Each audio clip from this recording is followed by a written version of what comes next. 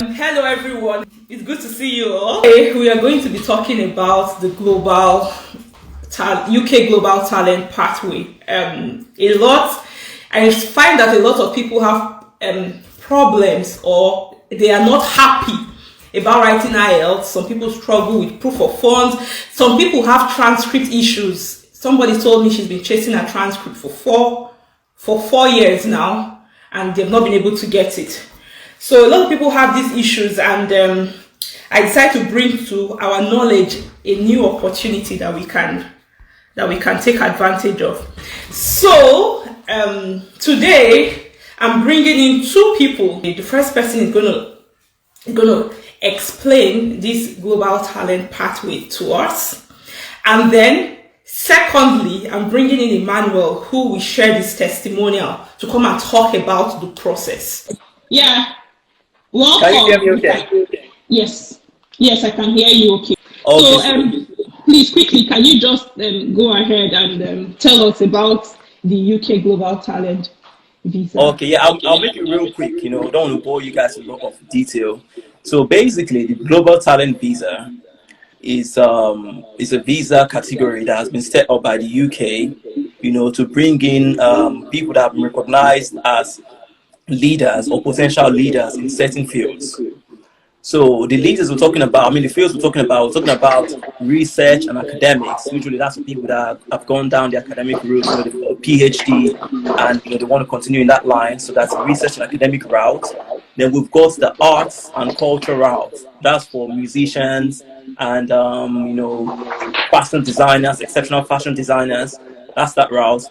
Then we've got the other route, which is the digital technology route. So that's three routes it talks about.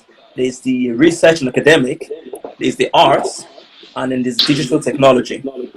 So how does it work? So if you are recognized as an exceptional leader or a potential leader in any of these fields, you then apply for an endorsement from a designated body. And when you get the endorsement, which is the first step, after you've successfully getting the endorsement, then the next step is where you apply for the visa. And the visa, you could apply for anything between 2 to 5 years. So some people decide to apply for 2 years, but you can apply for the maximum, which is 5 years. So, and how does that work? What's the way forward after that? When you apply for the visa and you get the visa, after 3 years, if you go for the exceptional promise, as I said, there are two types: there's exceptional promise and exceptional talent. So if you are recognized as a global leader, you get what's called an exceptional talent visa. And if you're recognized as a potential leader, you get exceptional promise. So if you get the exceptional promise visa, you can get your permanent residency in 5 years. But if you get the exceptional talent, you get your permanent residency visa in 3 years. So as I said, this is a two-step process. The first thing you do is to get your endorsement. And you get your endorsement from what's called a designated body. A designated body is a body that is assigned by the UK border agency, or the UK system, to give you an approval to say, yes, we recognize you as either an exceptional promise or an exceptional leader. And when you get that endorsement, then you can then apply to the Home Office for your visa. Okay, and I'll have to cut you short there. So when you talk about endorsement, you mean that they are just showing interest, and what do they need to submit to get this endorsement? Yeah, it's different from the Canadian system. It's not an expression of interest system where you express your interest and you get ranked. So, like for example, let me take the digital technology pathway for example. So as I said, there are usually two types. We have the exceptional talent and the exceptional promise. So you have to submit for both of them. You have to submit one mandatory evidence and two additional evidences. So you have to submit an evidence to display that you are an exceptional talent or an exceptional promise in your field. Like for example, in the tech space, you might be a developer. They want to see evidence that you've developed certain modules. They want to see an evidence of your portfolio. I guess the tech guys should understand this. They want to see an evidence of your portfolio, the work you've done. Have you been involved in developing websites or other products? Do you have evidence of your portfolio? They want to see that. And when they see that, then they also want to see letters of recommendation from people that would vouch. I think it's 3 letters of recommendation. People that will vouch for you and say, yes, we recognize this guy for the work he's done, or recognize this girl for the work they've done, and we believe that they meet the requirements for either an exceptional talent visa or an exceptional promise visa. So that's the way it works. Okay. So after they get the endorsement, or after they get your endorsement, then they apply Yeah. for the visa. So I've heard you talk about tech. Is this only for people in tech? No, it's not only for people in tech. So there are three pathways. There is the one for academics and research. So, and that's for people that are into the world of academia. So, and under that, you get an endorsement if you get a confirmed fellowship. Yeah, a fellowship is in the research world. It's like a recognized leader in a certain research institute. So that's one of them. Or if you get research funding, a research grant from the UK Research Institute, that's another way you can use to get the exceptional talent visa, or generally the global talent visa, under the route of academia. So I said I've talked about two. There's a third one as well. If you get a confirmed position as a lecturer or in certain designated institutions, universities, and also you can apply for the the global talent visa under the academic route. So usually the academic route is for, I wouldn't say it's not for the general population. It's for those that are in the world of academics. You're lecturing in university, you've got a doctorate degree, maybe you want to go for a postdoc degree.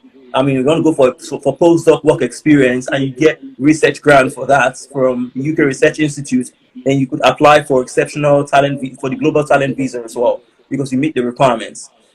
That's one Okay. route. Then for the ones there's the arts and culture, and the arts and culture involves video editing, filmmaking, music, dance. We're looking at we've got architecture as well. And there was one I wanted to mention that just skipped me. Yeah, we're talking about music, dance, architecture, fashion. Yeah, so fashion Yeah, design. fashion design. Yeah, so but the challenge for that route, for the arts and culture, is that the bar is quite high for when it comes to endorsement. They want to see that you have international recognition, or you supported, even for the movie making. They're talking about Grammys here, so I don't think that's for the general population. So the bar is still quite high. So what I would say is the two practically explorable options are the research and academics, which is for those that have got a PhD degree and are going down the route of academics, or the digital technology. So when you say digital technology, what areas does it cover? It covers IT, it covers agri-tech, it covers biotech, it covers pretty much all endeavors that have got a substantial technology aspect to the business. Okay, so let's get Emmanuel on the call so he can. So he can talk about his experience. Yeah. Hi, Emmanuel. It's nice to have you on here. Yeah, it's nice to be here. How are you doing? I'm good, and everyone is here eager to hear from you. So please, can you tell us about your experience? How did you find out about this global talent pathway, and how was your experience like with the application and putting together your application, and what was the process like for you in terms of the time? Just give us some throw some light on it. I wouldn't say. I'd say, first of all, thanks to you. It was a success. And I think without having someone else's input and someone else giving me guidance, I probably would have given up. So first of all, in itself, it's very difficult. It took us about 1 year to get ready. And that in itself will make most people give up. I was willing to give up if I didn't get your help. So that was the first complicated part of things. But yes, it was an interesting experience. I did learn a lot about myself and a lot about how the process works. And I basically learned a bit more how to present myself, unlike the conventional way I knew how to present myself before. So I think that was one of the major benefits of working with you. I was still learning about the British system, so I didn't land any job.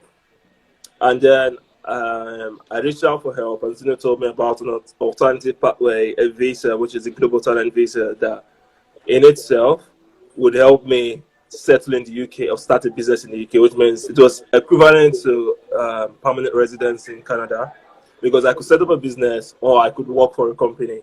So it meant I was free to do whatever I wanted in the UK, and that was very, very interesting to me, and that was why I followed this journey. Okay, so can you talk about the endorsement process? How was it like for you? What did you have to do? So it's two main things: gather evidence and get a recommendation letter. And then with your evidence and recommendation letter, you should be able to write a personal statement that tells a story around how those evidence connect and how you know the people who gave you the recommendation letter. Okay. Okay, so when you talk about evidence, what is evidence? So it depends on the sector you're in. So evidence means how have you contributed to your sector, or how have you shown that you're contributing to your sector and you promise to contribute more. So after the endorsement, what did you do next? So after the endorsement, you get your endorsement letter, and then you apply for a visa to the British High Commission. It's quite simple. It takes about 4 weeks, and then you get a 5-year and 4-month visa. So it's very straightforward. You don't need to prove. You don't need any proof of finances, any proof of where you're going to stay in the UK. But one important thing as well that we did, which I don't know if you have a question about that, is the British economy basically requires people in different areas of the UK. So to make your endorsement easier, if you find your tech skill, in my case it's tech skill, but if you find in your sector, you find the part of the UK where your skill is in high demand. So how can people find these areas? Where can they go to find these areas? I think it's a simple Google search to tell you about the demand for different jobs in the UK. So if I search for demand for tech jobs in the UK, I should probably find something high in London. But something else as well is the endorsing bodies as well also give out information about places or locations in the UK where your skill is actually needed or in high demand. And you can use that as your base location for your application. My stay was for 5 years. But because I got the talent visa, in 3 years, I'll be eligible to apply for permanent residency. So that means for me, 2019 to 2022. So next year, I should get my permanent residency in the UK. Okay, and after that, what do you get after your permanent residency? When do you get citizenship? Roughly in a year, you get your citizenship after your permanent residency in the UK. So basically, my track is basically 4 years. Oh, so 4 years for you to get it. Okay. You don't need a dime. So when I applied for this visa, I think I didn't have any money in my account. So they never asked me for an account statement. I think the only money you need is for application for endorsement, you pay for that. And then application for the actual visa, you pay for that as well. Roughly, both of them cost about £800, and that's all you need. Okay, so all you don't even need to show evidence. All you need is application fees. That's it, roughly around £800. That's all. Yes, so financially, all you need is application fees. Any evidences are needed for the exceptional talent? So for exceptional talent, when I applied, you needed 2 qualifying evidences and 3 other evidence. So qualifying evidences are basically the evidence that are your top evidence, like, hey, I've done this and I believe this is great. I've done this also and I believe this is great. So those are examples of qualifying evidence. Then for the other evidence, you can basically give, for me, I use my project for my master's as one. Then I use some of my open source code. Then I use invoices from a client when I did freelance web development. So those are my evidence to be very, very simple. Okay. So if you get a job within the UK, that counts as an evidence. Can a student apply? Oh yes, a student can apply.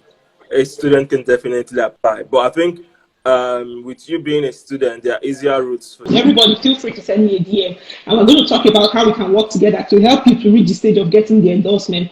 If you want to reach me, please send me a DM. You can send me a message on Instagram at Zino Ojobo, or send me a message on Facebook at Zino Ojobo. These are my handles. And for those that have kids, spouses, you can come in with your dependents here. So whatever questions you have, please ask in my DM and I'll be happy to answer you.